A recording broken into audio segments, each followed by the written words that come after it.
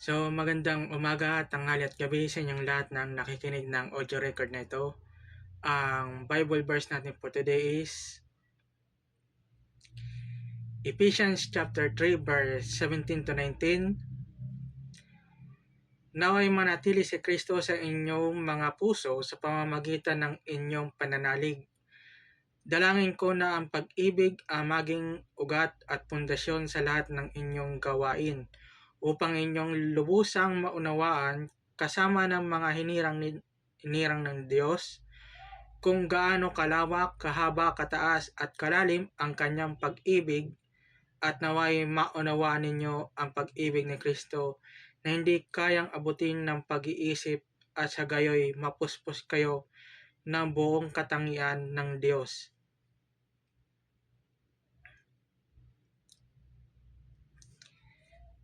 Isaiah chapter 49 verse 16, Jerusalem, hindi kita malilimutan, pangalan mo'y nakaukit sa aking mga palad.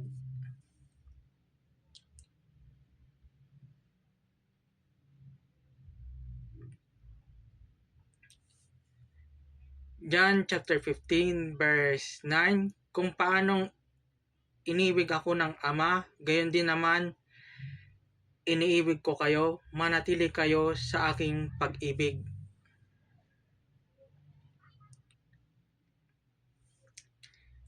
John chapter 15 verse 13, ang pinakadakilang pag-ibig na maaaring taglayin ng sinuman para sa kanyang mga kaibigan ay ang ialay ang kanyang buhay para sa kanila.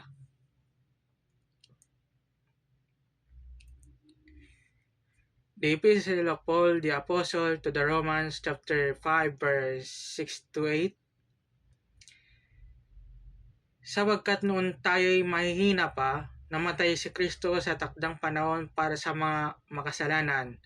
Mahirap mangyaring ialay ninuman ang kanyang buhay alang-alang sa isang taong matuwid. Kahit na maaring may manghas na gumawa nito alang-alang sa isang taong mabuti, ngunit pinatunayan ng Diyos ang kanyang pag-ibig sa atin nang mamatay si Kristo para sa atin noong tayo'y makasalanan pa. Ephesians chapter 1 verse 6, sa gayon ay purihin ang kaluwalhatian ng kanyang kagandang loob na sagana niyang ibinigay sa atin sa pamamagitan ng kanyang minamahal na anak. So, yun lamang po ang Bible verse natin for today. Marami pong salamat sa pakikinig. Share, like, support, and repost na rin po itong audio record na ito. Marami pong salamat sa pakikinig. Yun lamang po ang Bible verse natin for today. Marami pong salamat and God bless. Yun lamang po.